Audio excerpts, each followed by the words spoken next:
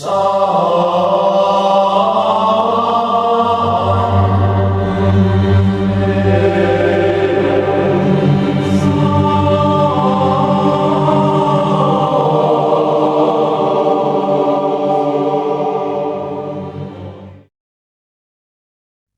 pertama.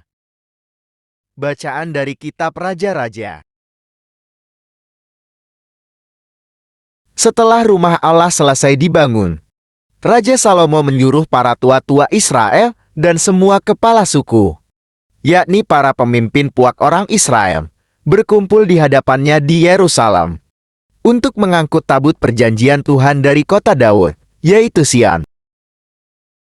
Maka, pada hari raya di bulan Etanim, yakni bulan ke-7, berkumpullah di hadapan Raja Salomo semua orang Israel. Setelah semua tua-tua Israel datang, maka imam-imam mengangkat tabut itu. Mereka mengangkut tabut Tuhan dan kemah pertemuan dan segala barang kudus yang ada dalam kemah itu. Semuanya itu diangkut oleh imam-imam dan orang-orang Lewi. Tetapi Raja Salomo dan segenap umat Israel yang sudah berkumpul di hadapannya, berdiri bersama-sama dengan dia di depan tabut itu, dan mempersembahkan kambing domba dan lembu sapi yang tidak terhitung dan tidak terbilang banyaknya. Kemudian imam-imam membawa tabut perjanjian Tuhan itu ke tempatnya, di ruang belakang rumah itu, di tempat Maha Kudus, tepat di bawah sayap kerup-kerup. Sebab kerup-kerup itu mengembangkan kedua sayapnya di atas tempat tabut itu, sehingga kerup-kerup itu menudungi tabut serta kayu-kayu pengusumnya dari atas. Dalam tabut itu tidak ada apa-apa selain dari kedua loh batu yang diletakkan Musa ke dalamnya di Gunung Horeb, yakni loh batu bertuliskan perjanjian yang diadakan Tuhan dengan orang Israel pada waktu perjalanan mereka keluar dari tanah Mesir. Ketika imam-imam keluar dari tempat kudus, datanglah awan memenuhi rumah Tuhan, sehingga imam-imam tidak tahan berdiri untuk menyelenggarakan kebaktian oleh karena awan itu, sebab kemuliaan Tuhan memenuhi rumah Tuhan. Pada waktu itu berkatalah Salomo, Tuhan telah menetapkan matahari di langit, tetapi Ia memutuskan untuk diam dalam kekelaman. Sekarang, aku telah mendirikan rumah kediaman bagimu, tempat engkau menetap selama-lamanya. Demikianlah sabda Tuhan.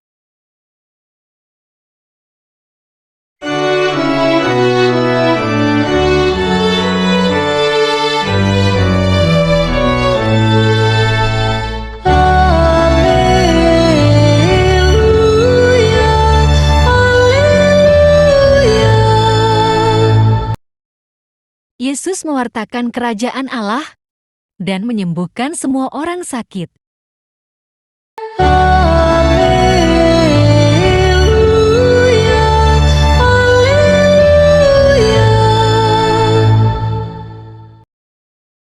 Tuhan bersamamu dan bersama rohmu. Inilah Injil suci menurut Markus. Setibanya di seberang Yesus dan murid-muridnya mendarat di Genesaret dan berlabuh di situ. Ketika mereka keluar dari perahu, orang segera mengenal Yesus. Maka berlari-larilah mereka ke seluruh daerah itu, dan mulai mengusung orang-orang sakit di atas tilamnya kepada Yesus, di mana saja kabarnya ia berada. Kemanapun ia pergi, ke desa-desa, ke kota-kota, atau ke kampung-kampung, orang meletakkan orang-orang sakit di pasar dan memohon kepadanya, supaya mereka diperkenankan hanya menjamah jubah-jubahnya saja, dan semua orang yang menjamahnya menjadi sembuh. Demikianlah sabda Tuhan. Terpujilah Kristus.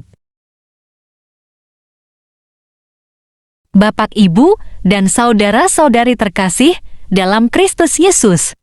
Sebelum kita melanjutkan ke sesi renungan, mari kita baca kembali Markus pasal 6 ayat 56. Kemanapun Yesus pergi, ke desa-desa, ke kota-kota, atau ke kampung-kampung, orang meletakkan orang-orang sakit di pasar dan memohon kepadanya, supaya mereka diperkenankan hanya menjamah jubah-jubahnya saja. Dan semua orang yang menjamahnya menjadi sembuh. Semua orang yang menjamah jubah Yesus menjadi sembuh. Mereka orang-orang di Genesaret berlari menjumpai Yesus, sebab mereka tahu kuasa Yesus menyembuhkan segala macam penyakit. Bapak, Ibu, dan saudara-saudari terkasih, jadi kunci kesembuhan mereka adalah satu, keyakinan kepada Yesus. Orang-orang Genesaret mengenal Yesus, artinya mereka yakin kehadiran Yesus akan membawa suatu pemulihan dan kesembuhan. Kita hendaknya mengenal Yesus dan bukan hanya sekedar percaya saja. Mengenal Yesus dapat kita lakukan A. Melalui pendengaran firman Tuhan. Bapak, Ibu, mari kita baca juga Roma pasal 10 ayat 17. Iman timbul dari pendengaran, dan pendengaran oleh firman Kristus. B. Melalui saat teduh dan kontemplasi. Bapak, Ibu, dan saudara-saudari, mari kita baca Yohanes pasal 4 ayat 23 dan 24. Tetapi, saatnya akan datang, dan sudah tiba sekarang, bahwa penyembah-penyembah benar akan menyembah Bapa dalam roh dan kebenaran. Sebab Bapa menghendaki penyembah-penyembah demikian. Allah itu roh, dan barang siapa menyembah Dia, harus menyembahnya dalam roh dan kebenaran. C. Melalui doa. Bapak, Ibu, dan saudara-saudari terkasih, mari kita baca Lukas pasal 22 ayat 46. Katanya kepada mereka, "Mengapa kamu tidur? Bangunlah dan berdoalah, supaya kamu jangan jatuh ke dalam pencobaan." 2. Berlari mendapatkan Yesus. Mari kita baca ayat ke-55. Maka berlari-larilah mereka ke seluruh daerah itu dan mulai mengusung orang-orang sakit di atas tilamnya kepada Yesus, di mana saja kabarnya ia berada. Bapak, Ibu terkasih, banyak godaan yang mengalihkan kita untuk datang kepada Yesus di saat sakit. Kita tak kunjung sembuh meski sudah berdoa dan berobat ke dokter. Penyembuhan alternatif memakai energi dunia dan kekuatan gaib yang bukan berasal dari Tuhan dipromosikan pasti tokcer dan cepat sembuh. Awalnya terlihat sembuh, namun tidak berlangsung lama, akan kambuh kembali dan biasanya lebih parah. Berdoa kepada Yesus memang tidak selalu langsung dijawab sesuai dengan keinginan dan waktu kita. Tetapi, begitu Yesus sembuhkan sakit kita, tidak akan kambuh lagi dan terjadi pemulihan. Tidak hanya tubuh jasmani kita disembuhkan, jiwa dan roh kita juga mengalami pemulihan. Bapak, Ibu, dan saudara-saudari terkasih, dalam Kristus Yesus, Matius pasal 11 ayat 28. Marilah kepadaku, semua yang letih lesu dan berbeban berat, aku akan memberi kelegaan kepadamu. 3. Menjamah jubah Yesus.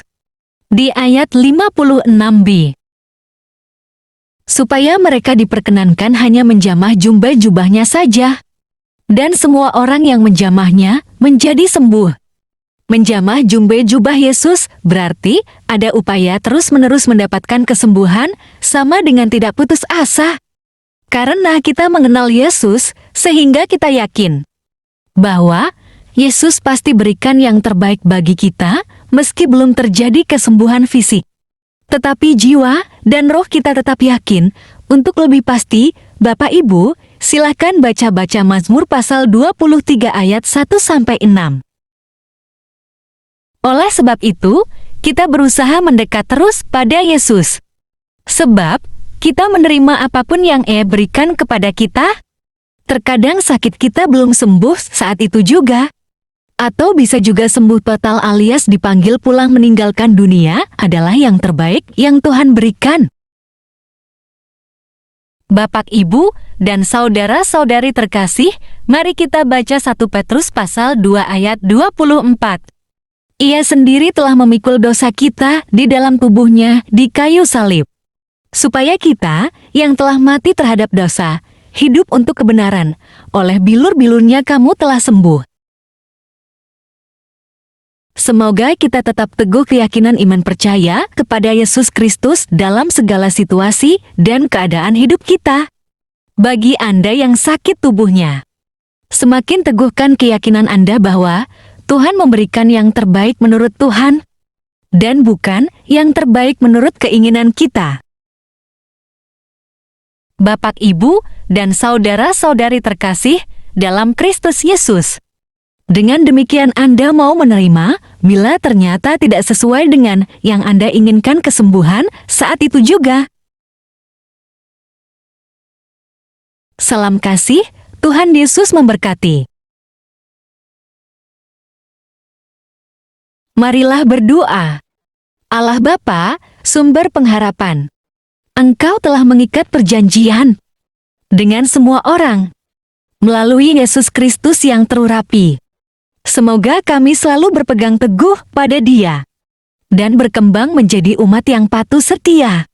Dengan perantaraan Yesus Kristus, Putramu, Tuhan kami, yang bersama Dikau, dalam persekutuan Roh Kudus, hidup dan berkuasa, Allah sepanjang segala masa, dalam nama Bapa dan Putra dan Roh Kudus. Amin.